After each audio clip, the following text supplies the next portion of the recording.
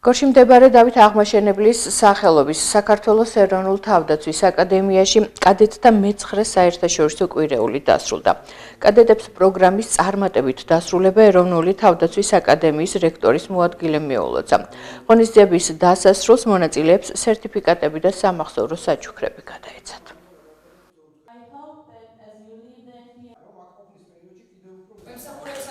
ჩვენი სტუმარი ქვეყნების ოფიცრები და მომავალი ოფიცრები ვიზიარებენ ჩვენს ცოდნას და ასევე ანალოგიურად ჩვენც მათ უზიარებთ ცოდნას ჩვენს გამოცდილებას.